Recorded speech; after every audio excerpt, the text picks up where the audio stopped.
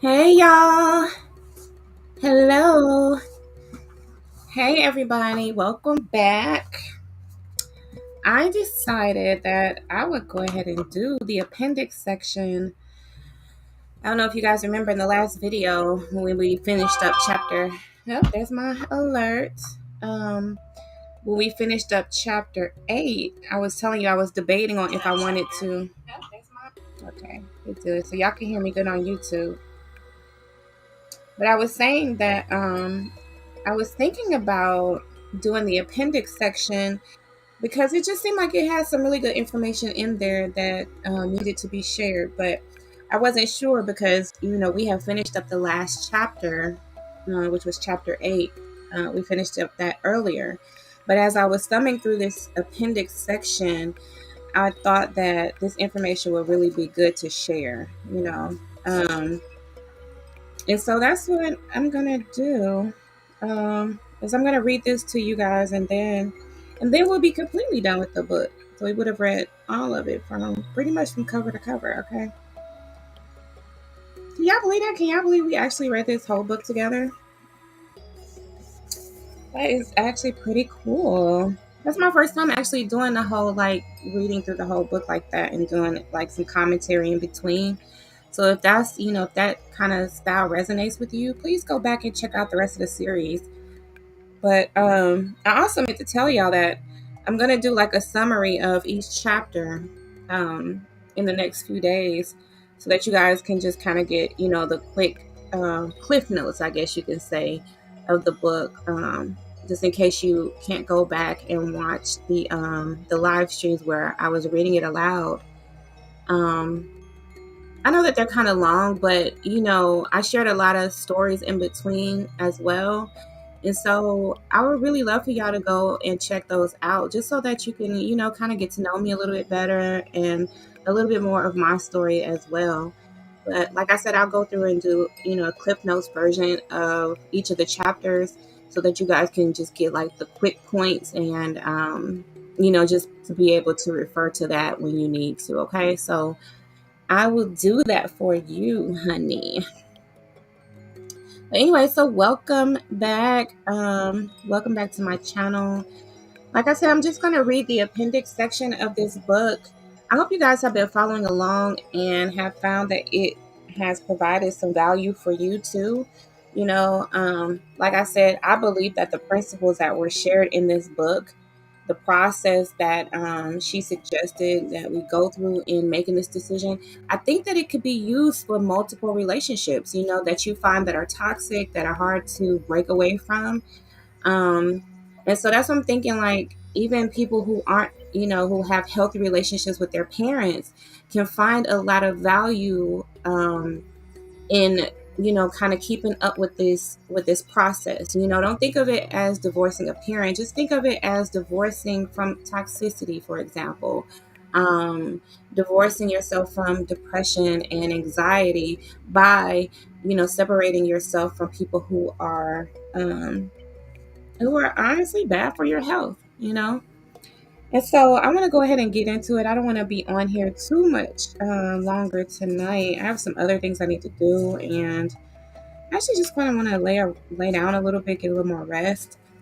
So y'all know I don't really sleep, so I nap more than anything. So so I just take naps like periodic throughout the day, and I rarely even sleep at night, which is why I do most of my live streams then. But moving forward, Sundays are really going to be my main live stream days.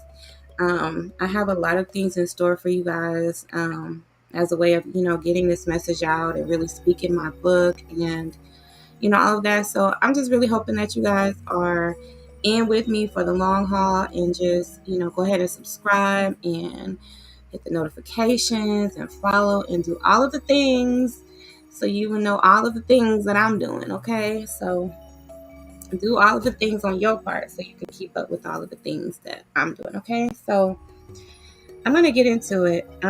This first appendix, she added three. I don't know if you say appendixes or appendices. I don't know. Whatever. Y'all know what. I said this yesterday. That's so sad, and I didn't even look it up in the meantime. But whatever, y'all just overlooked that, okay? But so this first one is to the divorced parent. And so I really thought that this would be good because I know that there are probably some people who, are listening to this because maybe they've gotten divorced by, their child or, they might find themselves on that end of this thing. So that's why I felt like it would be really beneficial to go ahead and read this to you. And this is what it says. If your adult child has divorced you or temporarily separated from you, and you find that as much as you miss him, as much as you want to reconcile with him, you stubbornly refuse to reach out to him, you may be doing what is called distancing. Distancing can either be a conscious or unconscious defense against pain. It works like this. Someone hurts your feelings and you feel humiliated, devastated, all bad. Because you reacted so extremely and because you feel so hurt and humiliated, the person who hurt you becomes associated with the pain. Some of us are less willing than others to experience our pain. Some have such an aversion to pain that they want to avoid it at all costs, including entirely eliminating from their lives those who have hurt them. Distancing can cause us to write people off, to be in the same room and act as if they are not there, to convince ourselves that we no longer care when we still do. In order to get your daughter or son back, you will need to swallow your pride, for it is probably your pride that in the past has prevented you from listening and admitting when you have been wrong. You may want to read part 1 of this book, which can help you to gain some insight into why your child has taken this drastic measure. On the other hand, you probably aren't totally in the dark as to her reasons for this estrangement. Chances are that you have been aware of the fact that she has been unhappy with you or the relationship for quite some time.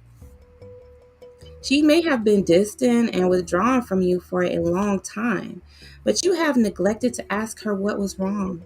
She may have tried to tell you about how you have hurt her or about behaviors or attitude of yours that offended her, but you may not have been willing to listen. If you would like to reestablish the relationship with your child, you will need to be willing to listen to her now.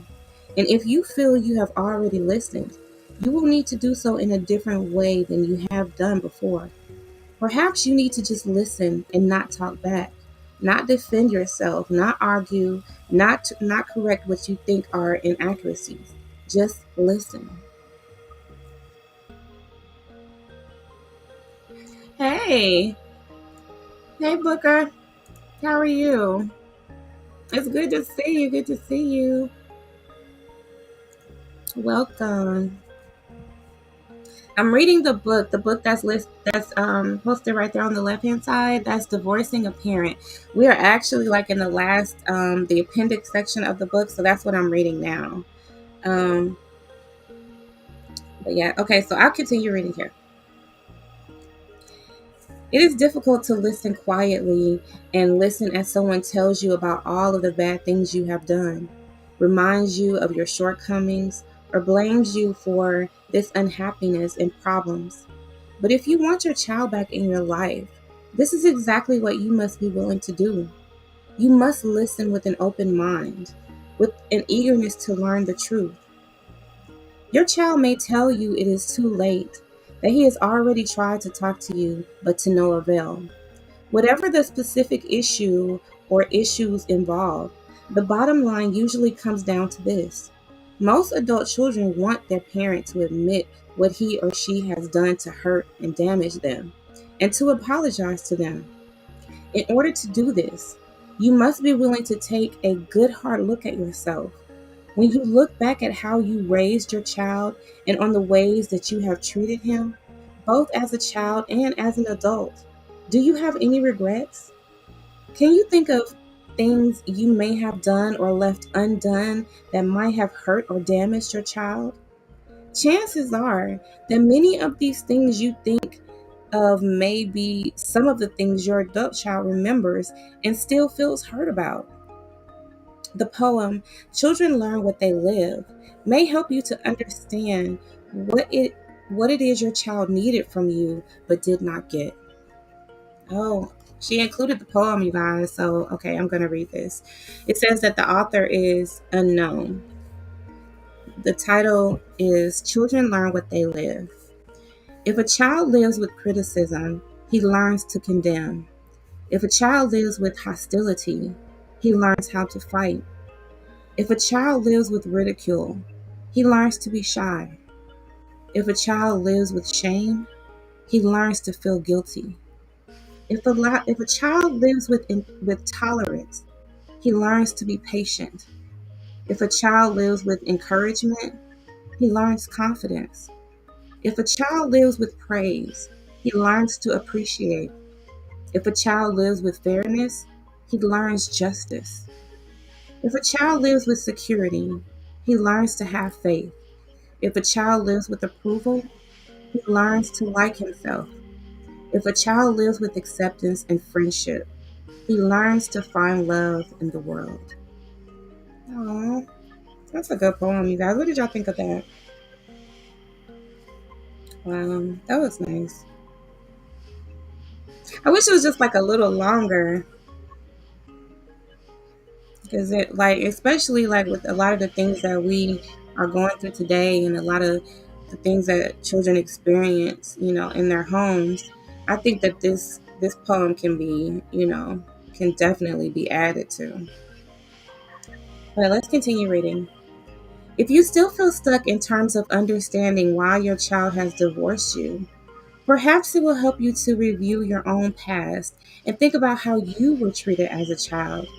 If you were abused physically, verbally, or sexually, or neglected, overly controlled, or criticized, chances are very high that you abused your own children in the same ways. Research shows that those who were abused as children are far more likely to become abusive parents than those who were not abused. There are four basic categories of child abuse. Number one, physical abuse, corporal punishment or willful physical cruelty. Number two, physical neglect, inadequate supervision, abandonment. Number three, emotional abuse and deprivation. Number four, sexual molestation, abuse, and sexual exploitation. Okay, she's going to break it down now, you guys. Okay. Physical abuse. Physical abuse refers to any non-accidental injury, including violent assault with an implement such as a belt, a strap, switch, cord, brush, or paddle, resulting in bruises, welts, burns, broken bones, fractures, scars, or internal injuries. Spanking for purely disciplinary reasons is not generally regarded as child abuse, although if bruises result or if a tool is used, it may be judged to be child abuse. Physical abuse includes being punched, slapped, pulled or yanked, choked, shaken, kicked, pinched, or tortured by tickling.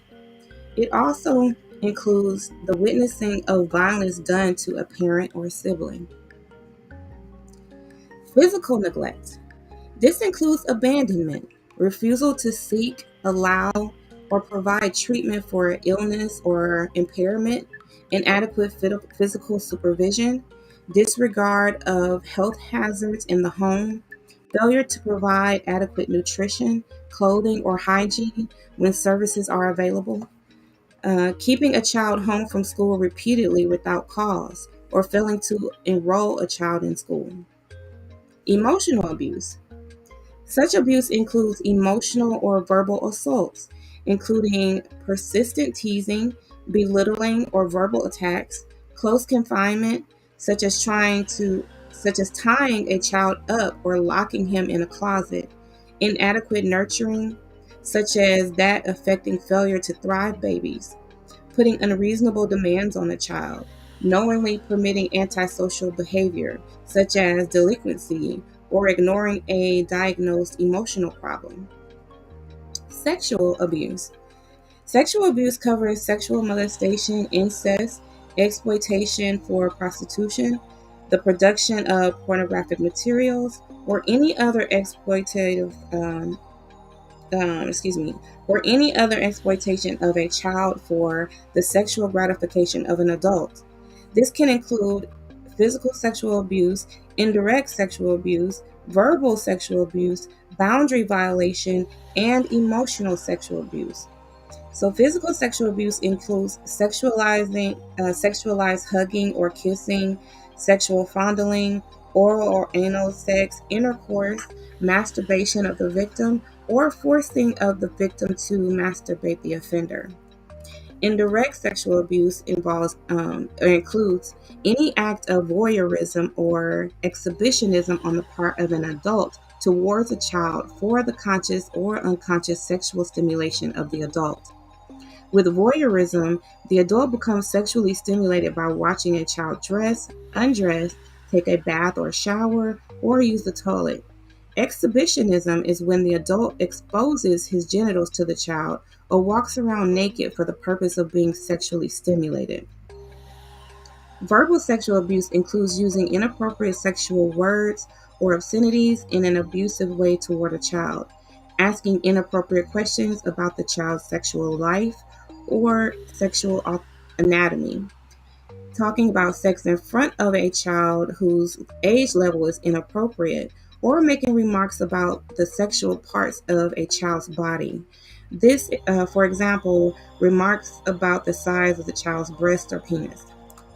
Boundary violation includes exposure of children to their parents' sexual behavior or naked bodies. It also includes the denying of privacy to a child, such as walking in on a child in the bathroom or in his or her bedroom. Emotional sexual abuse occurs when one or both parents bond inappropriately with one of the children. When a parent uses a child to meet his or her emotional needs, the relationship can easily become sexualized and romanticized. Pia Melody, an expert in codependency, defines emotional sexual abuse as occurring when one parent has a relationship with a child that is more important than the relationship the parent has with the spouse. Okay, so I think that she made that clear here. Okay, does that make sense? So did you guys know all of these definitions of these different type of abuses? Like, is this something that is new to you, like these definitions? Let me know. Ask yourself whether you were abused in any of the above ways when you were a child, and whether you have in turn abused your child in any of these ways. It is not your fault that you were abused, but you are responsible for your own actions as an adult, as a consequence of that abuse. You will need to acknowledge to your child that your behavior was abusive, apologize, and ask her what she needs from you now. She may need only an apology for your having abused her in the past. An honest apology from an abusive or neglectful parent can be incredibly healing to an adult child. Or it may be that you are still being abused in some way and need to begin working on your problems, whatever they may be. You may need to join groups such as Parents United for sexually abusive parents and their partners, Parents Anonymous for parents who have been physically abusive to their children, Alcoholics Anonymous for alcoholics or alcohol abusers, Al Anon for partners and relatives of alcoholics, or CODA for codependents, whatever applies to you. You may also need to seek therapy. It would also be a positive gesture for you to offer to pay for your child's therapy if she tells you that she has required treatment because of your abusive behavior toward her. Even if you are able to listen to your child, admit the mistakes you have made, and apologize for your actions, don't expect your adult child to be willing to reconcile right away. He will probably still have a tremendous amount of anger that he will need to release first. Most of this anger can be released in therapy or in ways that don't involve you. However, your child may need to release his anger directly toward you in order to heal from the abuse. As the ultimate act of love and kindness, you might consider allowing your child to vent his anger toward you in person. As Alice Miller writes in her book, For Your Own Good. This is what she says. The greatest cruelty that can be inflicted on children is to refuse to let them express their anger and suffering, except at the risk of losing their parents' love and affection. The anger stemming from early childhood is stored up in the unconscious, and since it basically represents a healthy, vital source of energy, an equal amount of energy must be expended in order to repress it. Wow. Y'all, that's deep. Above all, your child deserves to have you treat her with respect. This may mean not drinking in front of her, not making derogatory remarks to her, or not looking at her seductively. It may mean treating her as an adult instead of a child, and not trying to control her or tell her how to run her life. Above all, it means letting go and letting your child be, or in the words of Khalil Gibran in The Prophet. This is what he says. Your children are not your children. They are the sons and daughters of life's longing for itself. They come through you, but not from you. And though they are with you, yet they belong not to you. You may give them your love, but not your thoughts, for they have their own thoughts. You may house their bodies, but not their souls, for their souls dwell in the house of tomorrow, which you cannot visit, not even in your dreams. You may strive to be like them, but seek not to make them like you, for life goes not backward, nor tarries with yesterday. Um, that was good. So that was called The Prophet by Khalil Gibran. Okay. And then the last one that I read was from Alice Miller in the book called For Your Own Good. Okay. So, and that was the appendix um, for the divorced parent. Okay. So that was the end of that one. And then this next appendix two, let me do my recording, guys. You know I forgot to turn on auto. Why do I do this? If you guys are just getting in, please like and share the video. If you are not yet subscribed to my page, please subscribe to my YouTube page. Thank you. Okay. So this next appendix is to mates, friends, and other loved ones.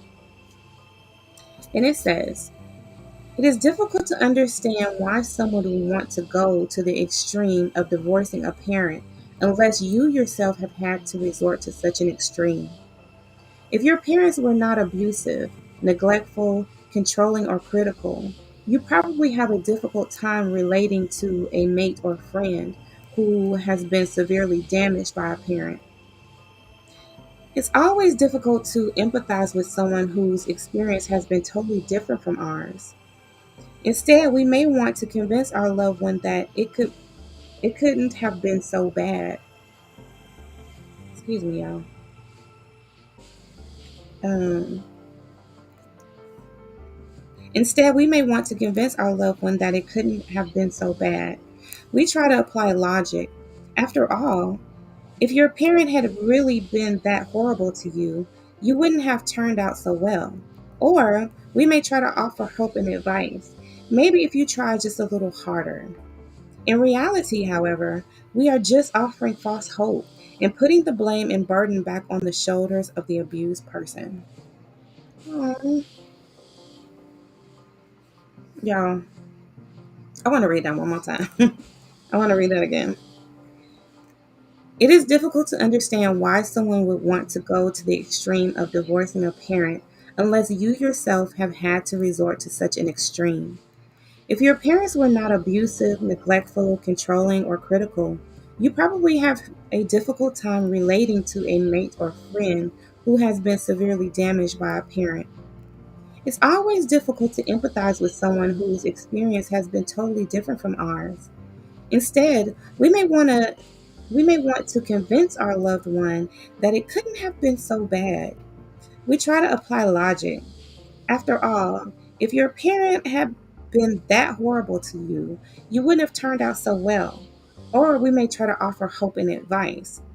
Maybe if you just try a little harder. In reality, however, we are just offering false hope and putting the blame and burden back on the shoulders of the abused person. Wow. It hurts us to realize that someone we love could have been hurt so much. And it hurts us to know that our loved one will have to suffer even further from the loneliness and pain of not seeing a parent. We want to take the pain away somehow. We can't believe that divorcing the parent is the only alternative.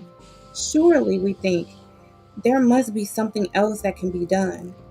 Divorcing a parent certainly is a radical extreme, and you may have never heard of it as a healthy option for adult children. But as radical as it may seem, it has been approved to be a healthy choice for those whose parents were and still are physically, verbally, or sexually abusive, overly controlling, or hypercritical. By reading this book, you will have gained a better understanding of the reasons why some adult children choose to divorce a parent. In addition, the following suggestions will help you to be better able to support your loved one. Okay, and this is what she says. Often, our own issues get in the way of our being able to fully support someone who chooses to divorce a parent. Because of these issues, we cannot be objective. Here are some of the things that might be in your way of being able to be supportive toward your friend or loved one. And here are some of the things, you guys. The first one is denial. This denial may be about your own childhood, about any abuse that you or someone else in your family has suffered, or about the reality that such terrible things do happen to people. Those who have the hardest time understanding another person's need to divorce a parent seems to be those who have suffered abusive childhoods themselves. Those who were raised by abusive, alcoholic, or hypercritical and over-controlling parents are often in denial about how much they suffered as children and how much they continue to suffer from their parents' behavior and attitudes. Because of this denial, they become critical of those who are facing the truth about their own childhoods and parents. They may accuse these people of being vindictive or holding on to the past or of making a big deal out of nothing. If you are extremely critical of your loved one's decision to divorce a parent, take a good look at the reasons for your attitude. If you haven't faced your own anger and pain concerning your childhood, you may have an investment in your loved one's not facing his or hers. It may make you feel uncomfortable to be around someone who is facing feelings similar to ones that you buried long ago, since it may stir up memories and feelings that you would prefer to keep buried. Your denial may be hurting not only you, but your loved one as well. Wow, that's deep, y'all. That's really deep. And that's a lot to think about, too.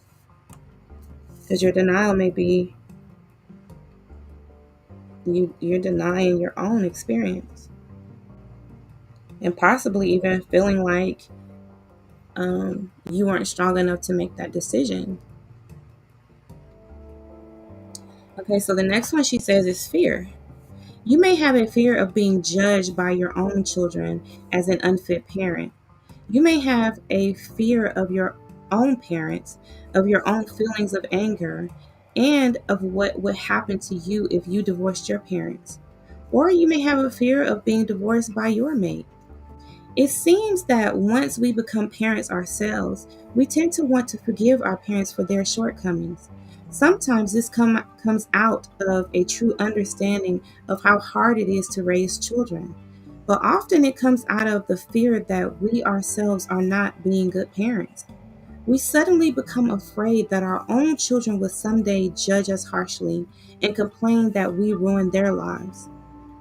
When your friend or loved one talks to you about divorcing your parent, make sure your fear that your own children may someday want to divorce you doesn't get in the way of your being objective with her. Chances are that you are not being abusive or neglectful to your children. And that is what we are talking about here. Parents who are physically, emotionally, or sexually abusive to their children and who deprive their children of adequate food, shelter, and nurturing. Not parents who sometimes got angry at their children or were sometimes too busy to listen to them. You need to be aware of your own issues and acknowledge how these issues might interfere with your objectivity. You and your friend or mate um, you and your friend or mate both need to understand that your attempts to protect her by trying to talk her out of divorcing her parent may actually stem from your own need to protect yourself. In addition, you may need to do the following, and this is what the author suggests. Believe your friend or loved one when he tells you about how his parent abused, deprived, controlled, and otherwise damaged him. Know that it is far more likely that he is minimizing or denying how bad it really was than it is that he is making it up or exaggerating. Even if what he tells you sounds too extreme, believe that it really happened. The next one is just listen. Don't give advice. Your advice may actually end up being counterproductive. Since you are not a trained professional, and since the advice may be coming from your own need to protect yourself, the only advice your loved one may need from you is that he's he seek professional help if he has not done so already. Let him know you are open to hearing whatever he is willing to share. Then the next one is tell him that you trust he will do what is best for him and that you will support him in whatever decision he makes. He probably already has difficulty trusting his own decisions and perceptions, and he needs to have those validated, not questioned. The next one. Let him know he will not be alone, that you will be there for him when he needs you. Tell him that even though he has lost his parent, he will have you as part of his new family. The next one, stand up for him when other people criticize him. Care for your loved one by supporting him in front of others and by letting others know that you trust he is doing the right thing. The next one, know that abusive parents can be deceivingly charming. Don't get caught up in their game of looking good in order to discredit their child. If your loved one's parents try to convince you or others that their child is crazy or vindictive, make it clear that you believe him and support him in his decision. The next one. In speaking with your loved one, don't defend his parents, sympathize with them, or try to get him to be more understanding of them. He needs your absolute loyalty. If you have been close to his parents, you may have a desire for your loved one to forgive them so that relations can go on as they always have. But this may not be possible. You will have to go along with your loved one's decision, even if it's not your preference. To continue to relate on friendly terms with someone who has abused your loved one is a form of betrayal. Wow. See, I had to read these sections to you guys because this is some really good information. That was the end of the message to mates, friends, and other loved ones. Now, the last appendix is Appendix 3, and that one is to therapists. So I'm going to read that one too.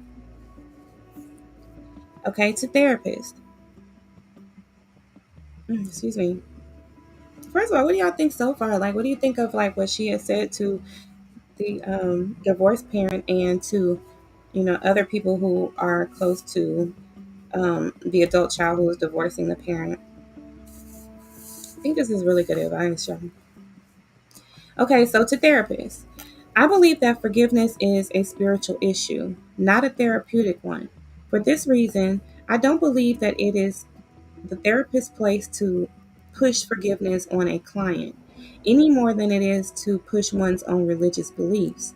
I believe we must leave our own opinions about forgiveness out of our work, as assuredly as we attempt to leave our religious beliefs out of it.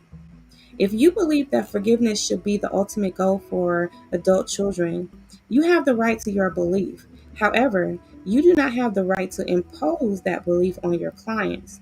Not all therapists believe as you do. In fact, a growing number of professionals who work with adults who were abused as children are finding that many of their clients cannot forgive, and that not forgiving does not interfere with recovery. In other words, they are finding that forgiveness is not essential for healing. It is up to the client to decide what to do regarding his or her parents. Our role is to offer our clients options, help them to come to the right decision for them, and to support whatever decision they make. Adult children of alcoholics or abusive families essentially have three options: to separate from their parents temporarily, to divorce them, or to reconcile with them. All of these options are healthy choices. Divorcing a parent can indeed, but be a very healthy choice for adult children whose parents have been or continue to be abusive, neglectful, or overly controlling. Divorcing a parent can help a client to individuate, to stop being a victim, and to break the cycle of violence. Discuss with your client both the possible benefits and the possible negative consequences of divorcing a parent. Make sure your client is fully prepared for any consequence. Your own personal history can influence whether you believe that divorcing a parent is or is not a healthy option. If you had a relatively healthy childhood, you may have a difficult time empathizing with those who have suffered severe physical, sexual, verbal, or emotional abuse. Therefore, it may also be difficult for you to understand why someone would want to divorce a parent. On the other hand, if you came from an abusive or alcoholic household, you may be in denial about your own anger and desire to disconnect from your parents. Sometimes a strong belief in forgiveness can be a way of denying and avoiding your own anger. It is equally important that you do not try to influence your client to divorce a parent. If you yourself are an adult child of an alcoholic or abusive parent, it is important that you work through your anger as your parent at your parent so that it doesn't spill over and cause you to push your client into divorcing his or her parent. If you believe strongly in divorcing parents, be careful not to be critical or impatient with clients who choose to reconcile with their parents or continue trying in their relationships with them. Remember that only the client knows what is right for him or her. Even though it is difficult to stand by when you see a client being continually damaged by a parent, once you have offered the option of divorce, you need to keep quiet and let the client do what he or she needs to do. As you know, divorcing a parent is an incredibly difficult task to accomplish and takes a tremendous amount of courage and strength. Your client may not be ready and may never be ready to sever the ties with his parent. In this case, it will be important for you to work with him in ways for him to take care of himself while he is around his parent, to release his anger towards his parent, to mourn his lost childhood, and to give up fantasies of his parents ever being the good parent. If you are conducting a therapy group, for example, for adult children of alcoholics, incest survivors, or codependents, there may be a great deal of group pressure for one member to divorce an abusive parent. Make sure you balance this out with permission for the client to be herself and to do what is right for her, regardless of what others say. Otherwise, she may either feel pressured into doing something she isn't ready to do or feel criticized for not divorcing her parent and may thus drop out of the group. Whether your client ultimately decides to reconcile with, temporarily separate from, or divorce an abusive parent, it is crucial that she release her anger. As her therapist, you need to teach her that anger is a natural and healthy response to the abuse and neglect she suffered. Let her know that her anger is not something to be rushed through, and that if she chooses to forgive, she will be able to do this only after she has released her anger. Help her to release her anger so that she won't be divorcing her parent as a means of revenge or retaliation. In order to work effectively with abuse victims, you need to be comfortable with anger, rage, and violence. Clients who consider divorcing their parents have often been through devastating, violence-filled childhoods. Wow. To help clients feel and express their anger, it is important that we as therapists work through our own anger. Otherwise, we will likely be afraid of our clients' anger and will give them the nonverbal message that we are threatened by their release of anger. Believe your client when she tells you about her childhood, even if what she says happened may seem to you as unbelievable. For example, acts of brutality, gross neglect, the sacrificing of children to other adults for sexual purposes, or sexual relations between both parents and the child. The atrocities are difficult to hear about. It's sometimes difficult to believe, but most adult clients do not lie or exaggerate about them. In fact, as experts as experts in the field of child abuse understand, clients are more likely to minimize and deny the painful events of their childhoods, not the other way around. Clients may tell you horrible things only to recant later. This does not mean that they lied to you at first. More than like or most likely, they are simply experiencing another wave of denial. It is also important that you encourage your client to speak out. This may include her confronting her parent directly or indirectly. For example, role playing or writing letters she does not send, taking legal action, or disclosing the abuse to other family members. While you should never push a client into doing any of these things, if she chooses to speak out, support her. Be sure she is ready to handle the confrontation by helping her to prepare for it, perhaps through role playing and empty chair exercises. If possible, offer to facilitate confrontations or meetings between the client and her parent. Above all, remember that you have a tremendous influence on adult children of dysfunctional families, and therefore a tremendous responsibility. They will see you as a surrogate parent, a role model, and as a powerful authority figure.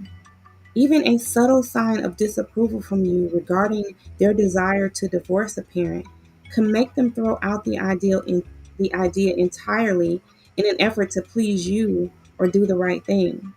No matter what your personal beliefs are about forgiveness or the sanctity of the family, you owe your clients to put your beliefs aside and to be as objective as humanly possible so that they will have the option of deciding for themselves whether they want to divorce a parent. Wow. Okay, first of all, hand clap. Okay. We did it, you guys. We finished the entire book. The last section, of course, is references and recommended reading and resources. So, um, yeah, in the index. So, we read the entire book, you guys. And that was good. Like, that was so good. And I'm glad I even read this section for to therapists, like this message to therapists, because I think that that's going to also help you guys to be able to choose a therapist. You know, if you know the role of your therapist, um, then you can like kind of go into the session knowing like kind of knowing what to expect from them, knowing that they will support you, knowing that they will challenge you to, to do the work that is necessary to make sure that you're making an informed decision that is best for you.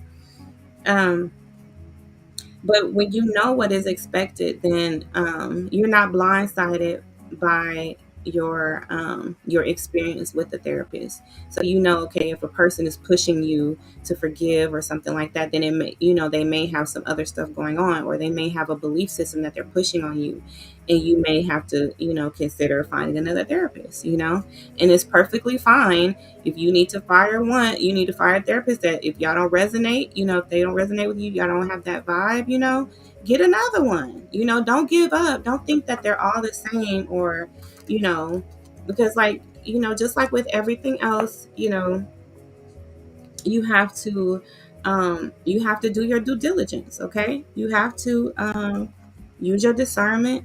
You have to, use your knowledge, use your wisdom in these situations. You know what I'm saying? Like listen to them and what they say. And I mean, not for a point of studying them, but to know if if they can really be a benefit to you. But do your part. Do your part in being transparent. Do the work that is necessary to heal. You know, but then also listen to your body, listen to your emotions. Whatever you're feeling, don't deny those things. Allow yourself to grieve and to go through that grieving process. Allow yourself time and space to heal. Don't feel like, okay, it's been a month, it's been 30 days, so I better get back in contact with them. No, like, give yourself some time. It's taken all that time, your entire childhood probably, and most of your adulthood, you know, that the damage has been done to you. So it's going to take some time for you to process it all. You've just now gotten to the space where you can, actually think about these things, so give yourself that grace. Um, like I said, I believe that this book has been amazing, and I hope that it has provided value for you guys. Okay, and then of course, moving forward, I've already told you what to expect from me, and yeah, and I'll just be back when I get back. Okay, I love y'all. Let me show y'all. Let me show y'all her, honey. Oh, oh, there she is. Hey, go get my book, y'all. the information is in the description to go ahead and get it from Amazon. The paperback is out. The Kindle version is out. Get one, get both. Do whatever you need to do, honey, okay, to get this book, because we are going to get into it. We are really going to dive deep into this book, y'all. Like, you think I did a little deep dive into this divorcing a parent book? Baby, I'm going to do a deep dive into my own book. I'm going to tell y'all some really some stories as we go along, show you guys some, some different things, and the recordings and the videos and all that stuff, So we got a lot that's going to be taking place moving forward, okay? This is definitely not the end, honey. Have we even really gotten started good? I don't know. We'll see. The jury's out on that one, okay? But anyway, I love y'all. You are important to me. I need you to survive. I love y'all. Bye bye.